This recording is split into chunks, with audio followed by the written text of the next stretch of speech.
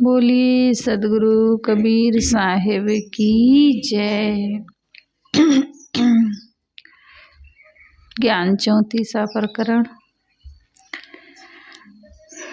अणाक्षर से सदगुरु चौपाई कहते हैं। राणा दुई बसाए गाँव, रेड़ा ढूंढे तेरी नाव। मुए एक जाए तज धना, मरे इत्यादि केते को घना। रेड़ा रेड़ा झगड़ा। अक्षर के माध्यम से सदगुरु उपदेश करते हैं कि मनुष्यों ने अपने रहने के लिए दो गांव बसाए हैं। कौन कौन से हैं? लोक और परलोक। राणा दुई बसाए गाँव, दो गांव बसाए। मनुष्यों ने अपने रहने के लिए दो गांव बसाए, एक लोक बसाए और एक परलोक बसाए। अर्थात एक जीते जी के लिए, एक मरने के बाद के लिए। एक पिंड बनाए और एक ब्रह्मांड बनाए। साहब कहते हैं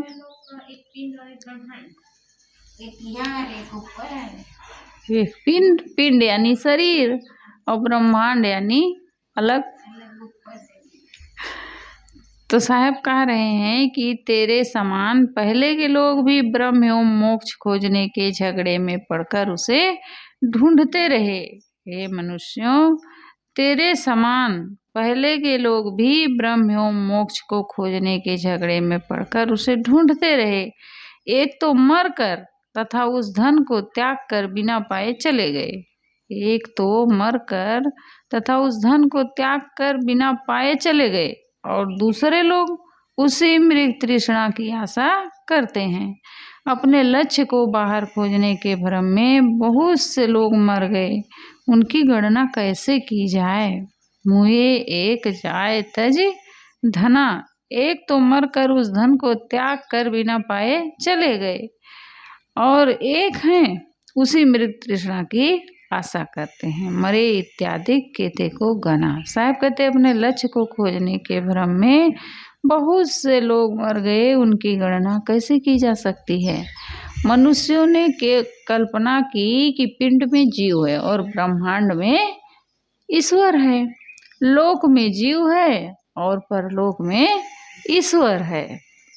मनुष्यों ने कल्पना की कि पिंड में जीव है और ब्रह्मांड में ईश्वर है, और लोक में जीव है तथा परलोक में ईश्वर है।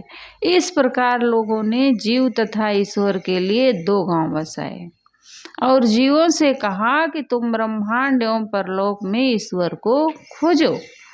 जीव ईश्वर को खोजने के झगड़े में पड़े। सदगुरु कहते हैं यह ईश्वर ब्रह्म खोजने की बात एक रेड़ा है।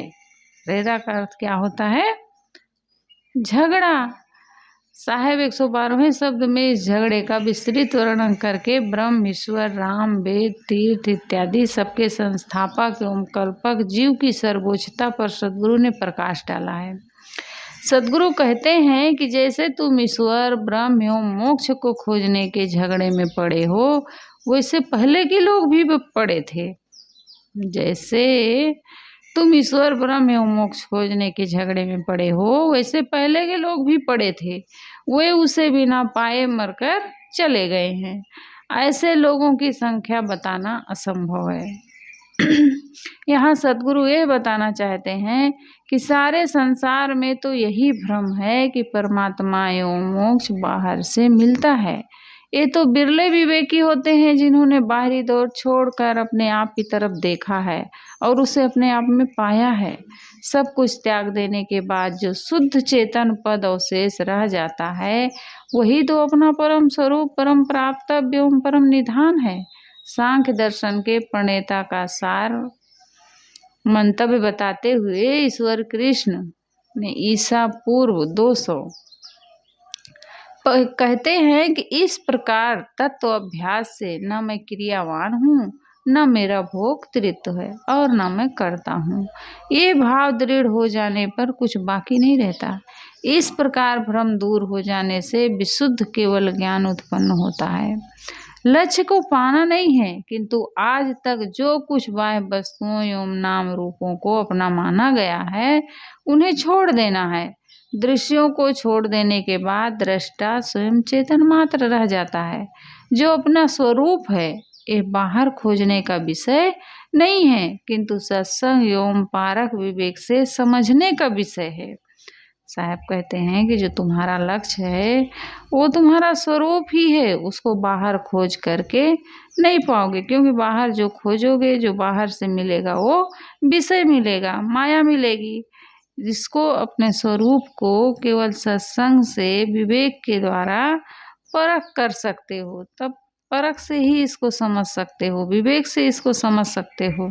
और बाहर खोजते रहोगे तो खोजते खोजते साहब कहते हैं जीवन बीत जाएगा, लेकिन वो मिलने वाला नहीं है। साहब कह रहे हैं कि जैसे पहले के लोग मोक्ष एवं ब्रह्म को बाहर खोजते रहे, वैसे आज भी लोग ईश्वर एवं मोक्ष ब्रह्म को बाहर खोज रहे हैं। पहले के लोग भी मरकर और उस धन को त्याग करके चले गए, आज भी उसी को लोग खोज रहे हैं और फिर मरकर चले जाएंगे। अमूल्य रत्न धन आत्मधन सबके पास ही है, लेकिन उसका लोगों को पता नहीं है। निर्वाह थोड़ी वस्तुओं में ले लो, तत्ता अति त्रियो नहीं जाई, तन त्रिभुवन में राख छिपाई। जो तन त्रिभुवन माय छिपावे, तत्व ही मिली तत्व सो पावे। तत्ता अति त्रियो नहीं जाई, त्रियो यानी 3 गुण। 3 गुण क्या है सुरुचि?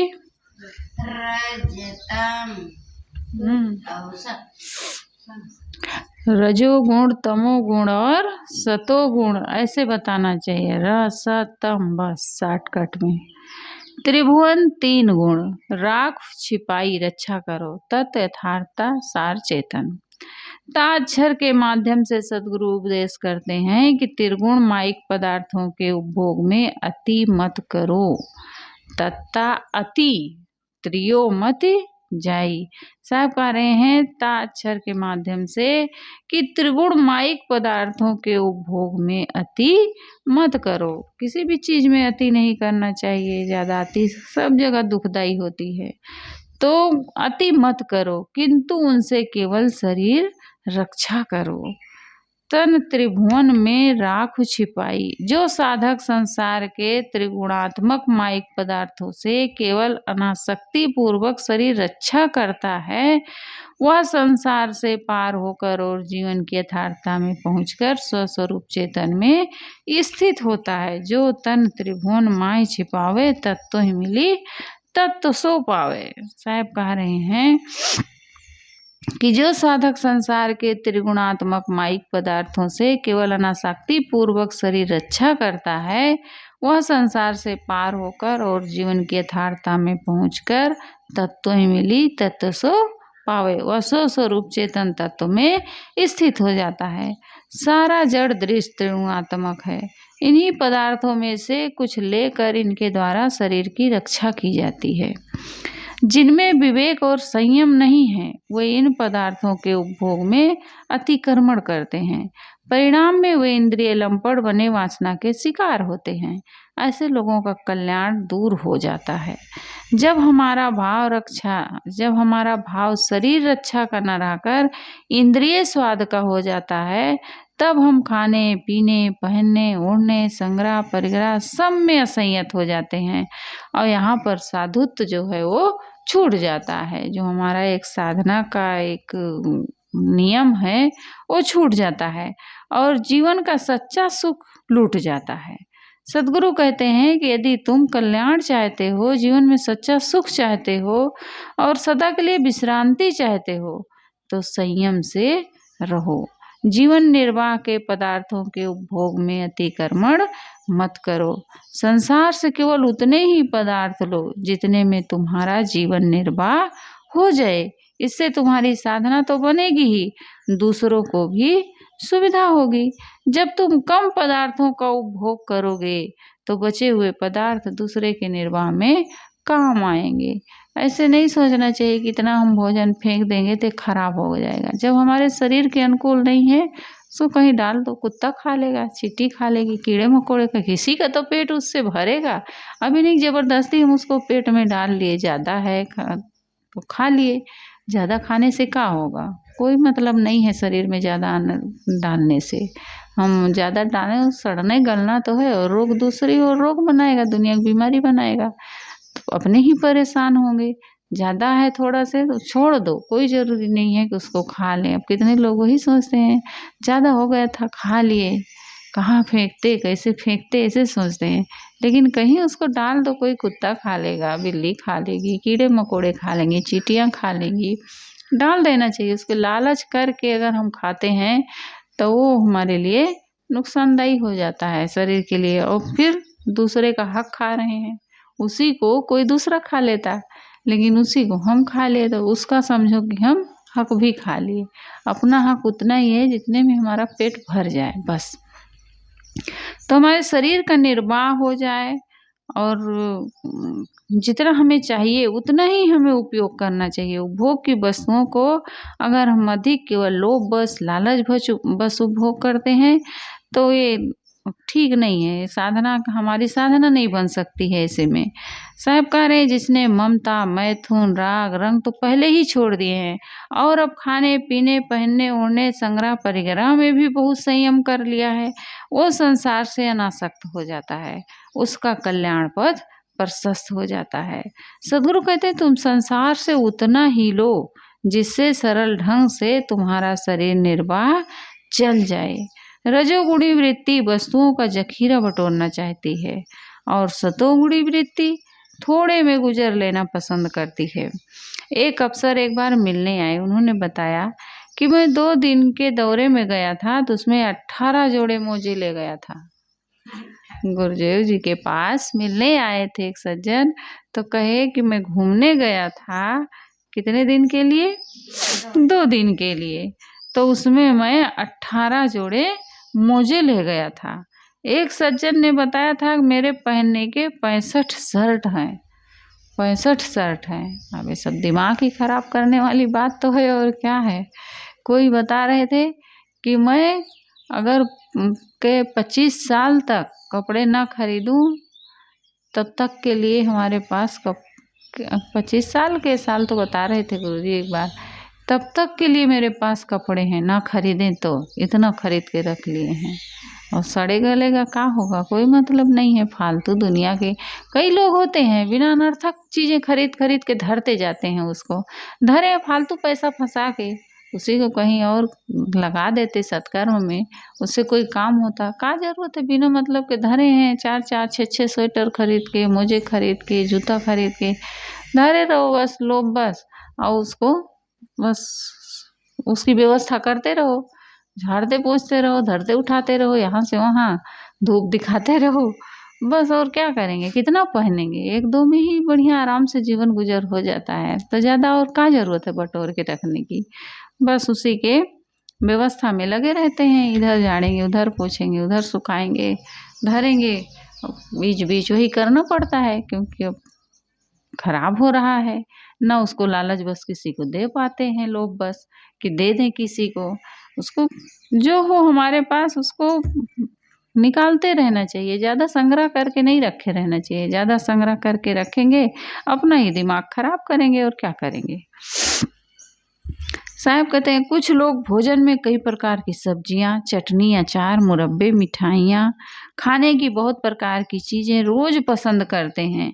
ये सब दूसरे के अधिकार को छीनना तो है ही, अपने मन तथा पेट को भी खराब करना है।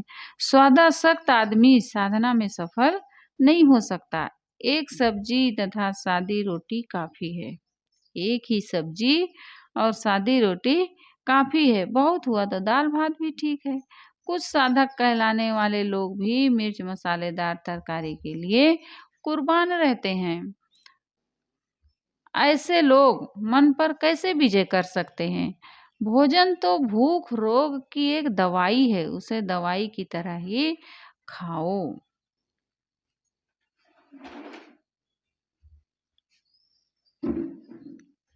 कुछ साधक कहलाने वाले क्या करते हैं,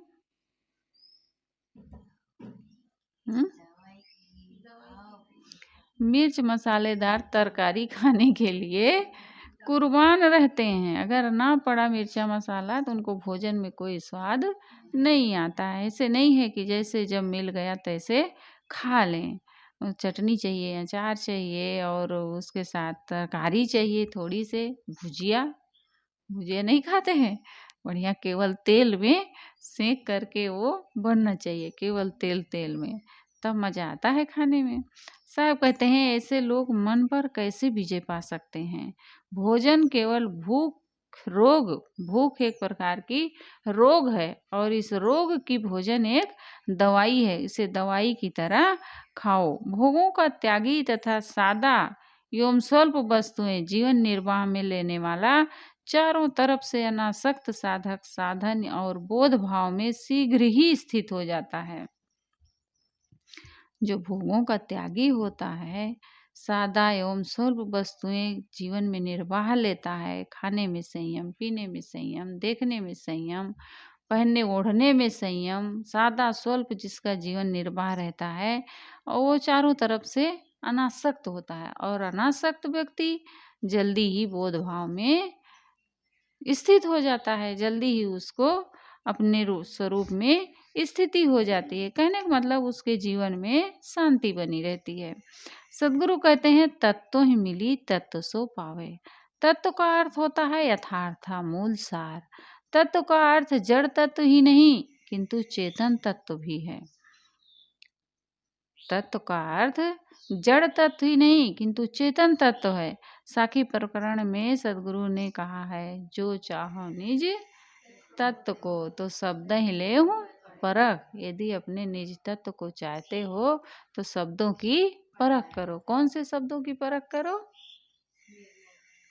सार और आसार। सार क्या है और आसार क्या है, इसकी परख करो। जड़ क्या है, चेतन क्या है, बंधन क्या है, मोक्ष क्या है, ये पाप क्या है, पुण्य क्या है, इसका परख करो। जब परख करोगे तभी तो अपने निज तत्व को परख पाओगे, समझ पाओगे और उसमें स्थित हो पाओगे। जो चाहो निज तत्व को तो शब्द ही ले परख।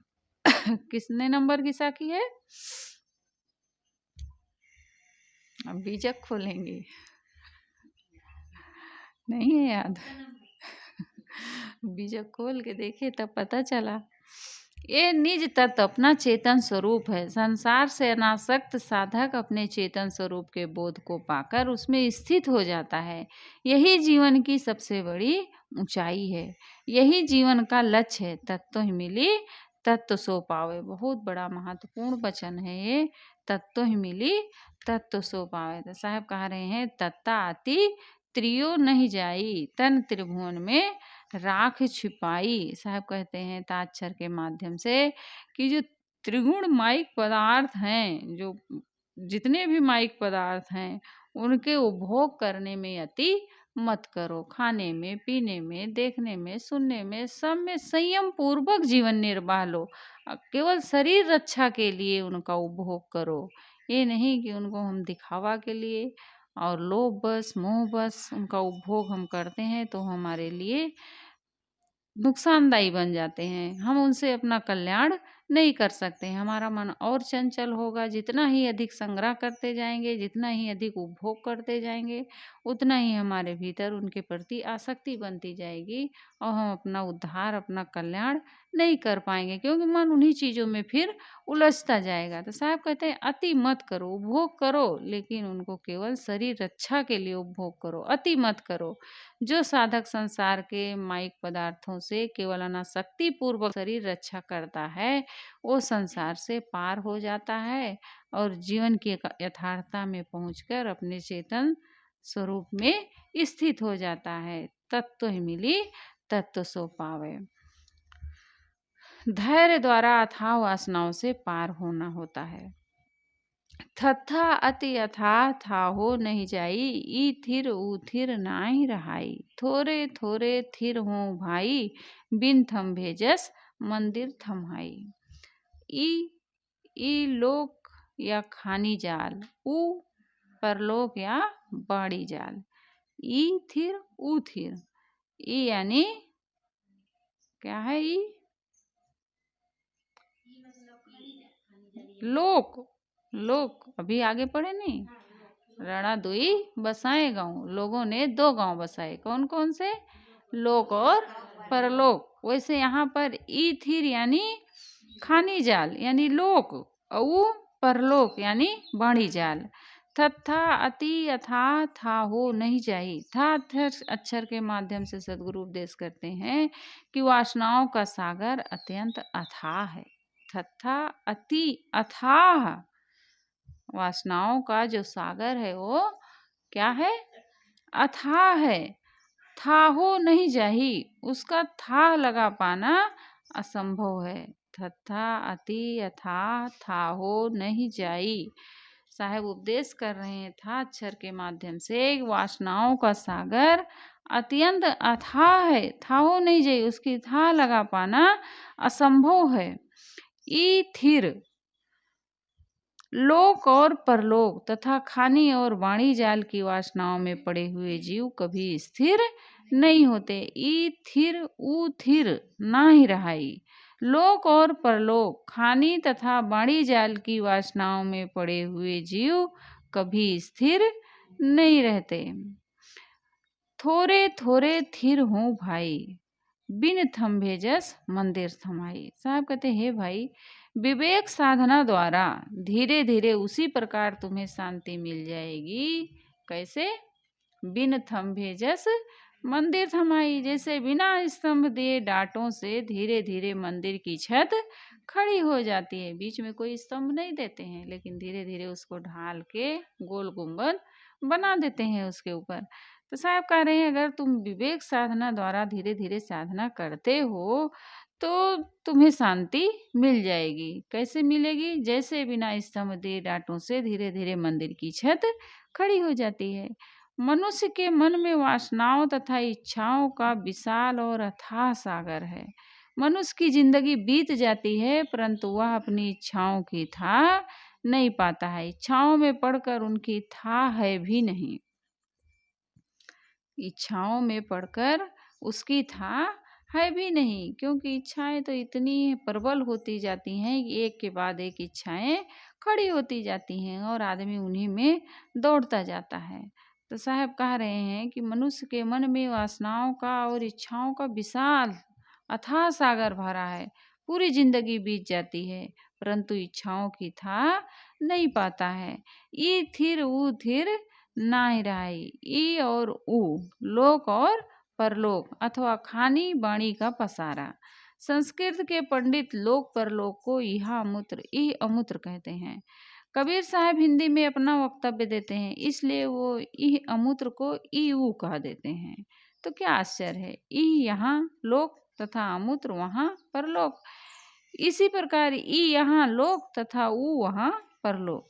इस भाव को व्यक्त करने वाले बीजक के परिभाषिक शब्द हैं कर्मशः खानी और वाणी। खानी क्या है भैया?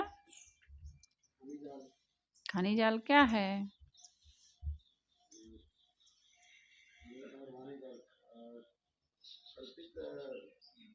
बताने दो। हाँ, हाँ, नहीं है वो। नहीं, ये तो वाणी जाल है जो कल्पित देवी देवताओं के चक्कर में फंसे रहते हैं, तो वाणी जाल कहते हैं। वाणी जाल, खानी जाल भूल गए। हाँ, प्राणी और पदार्थ, प्राणी और पदार्थ जिनमें हम फंसे हैं, ये क्या है? खानी जाल है। और वाणी जाल है पद प्रतिष्ठा मान सम्मान देवी देवता ईश्वर परमात्मा ब्रह्म मोक्ष जो है, ये वाणी जाल है। इसी को हम मोटी माया और झीनी माया भी कहते हैं। मोटी माया प्राणी पदार्थ, कबीर साहब कहे मोटी माया सब तजे झीनी तजी न जाए, पीर पैगंबर औलिया झीनी सबको खाए। मोटी माया तो छोड़ करके सब भाग जाते हैं, जंगल में चले गए, आश्रम में चले गए, घर गृहस्थी छोड़ दिए, लेकिन वहाँ पर गए तो मान सम्मान पाने का मोह हो गया, पद प्रतिष्ठा पाने का मोह हो गया, और देवी देवता कहीं अलग से ईश्वर परम परमात्मा है उसमें अटक गए। तो मोटी माया का तो त्याग कर दिए, लेकिन झीनी ये नहीं त्याग पाते हैं। ये पीर, पैगंबर, औलिया सबको किसी न किसी रूप में झिनी माया खा रही है। कोई ईश्वर ब्रह्म परमात्मा के पीछे है, तो कोई पद प्रतिष्ठा के पीछे है, कोई मान सम्मान के पीछे है। अनेक रोग आदमी के मन में लगा रहता है। तो उसको साहब क्या कह रहे हैं, बाड़ी जाल, उसी को भंवर जाल और बगु जाल भी कहते हैं साहब। भंवर जाल क्या है, यही जीनी माया, और भंवर जाल खानी जाल है, और बगु जाल बाड़ी जाल है। तो खानी बानी की वासना लोक परलोक की वासना में पड़ा हुआ आदमी स्थिर नहीं रह सकता। सदगुरु ने हिंडोला प्रकरण के प्रथम हिंडोला में कहा है, खानी बानी खोज देखो अस्थिर कोई न रहा है। इसमें कोई साहब कह रहे हैं, तलाश करके खानी बानी खोज देखो, तलाश करके देखो कि खानी बानी की वासना में पड़े हुए जीवों में कोई स्थिर नहीं होता है, किसी के जीवन में शांति नहीं है। प्रश्न होता है कि फिर क्या आदमी यह मान ले कि जीवन में शांति मिल ही नहीं सकती? सदगुरु कहते हैं ऐसी बात नहीं है। सत्संग, भक्ति, स्वाध्याय, साधना आदि में लगने पर साधक धीरे धीरे वासनाओं को, इच्छाओं को जीतता चला जाता है। कैसे जीतता चला जाता है? थोड़े थोड़े थिर हो भाई। धीरे धीरे सत्संग, भक्ति, स्वाध्याय, साधना आदि में अगर लगा रहता है साधक, तो धीरे धीरे वो अपने मन की वासनाओं पर विजय प्राप्त कर लेता है, अपनी इच्छाओं को जीतता चला जाता है। आप किसी भी शिवालय को देखिए, उसके बीच में कोई स्तंभ नहीं होता, उसमें चारों तरफ से डांट देते हुए धीरे धीरे पूर्ण मंदिर बना देते हैं। आजकल नीचे से सहारा देकर छत ढाल दी जाती है और भवनों में बड़े बड़े कक्ष बन जाते हैं। ये सब काम धैर्य पूर्वक धीरे धीरे होता है। अनादि अभ्यस्त विषय वासनात्मक कूड़ा कचरा एक दिन में नहीं साफ होगा। साधक को चाहिए कि वह पवित्र संतों एवं सच्चे सद्गुरु की शरण में जाए और विनम्रता पूर्वक उनकी सेवा करे, सत्संग में सारा सार समझने का प्रयत्न करे, सदग्रंथों का स्वाध्याय करे, चिंतन, विवेक, ध्यान आदि साधनाओं में चलकर सांसारिक इच्छाओं का त्याग करे। अगर धीरे धीरे आदमी लगा रहेगा तो अपने मन की वासनाओं पर वो विजय प्राप्त कर ले। एक दिन में अगर सोचेगा कि हम एक ही झटके में सब काम कर लेंगे, तो परेशान हो जाएगा, उसका मन उथल पुथल हो जाएगा, घबरा जाएगा, नहीं कर सकता है। कहते हैं कि एक बार एक आदमी के खेत में 3 व्यक्ति गए, तो गन्ना चोरी किए। तो किसान पहुंच गया, तो कहे कि कौन चोरी किया? तो कहे कि एक ब्राह्मण था और एक वैश्य था और एक शूद्र था, तीनों थे। तो कहे कि किसने किया? तो कहे कि तीनों मिलकर किए थे चोरी।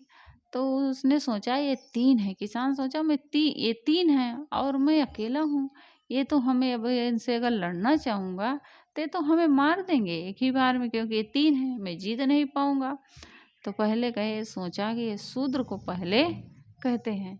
तो कहे कि अच्छा ये तो ब्राह्मण है, कोई बात नहीं है, समाज के अगुआ हैं, ये तोड़े तो चलो कोई बात नहीं है, ये क्षत्रिय हैं, ये हम सबकी रक्षा करते हैं, लेकिन तुम क्यों तोड़े हो? बस शूद्र को कहे, तुम कौन होते हो जो तुम तोड़े हो? तुम तो शूद्र तो केवल लतियाने के योग्य होते हैं और तुम चोरी किए हो हमारे खेत में आकर के।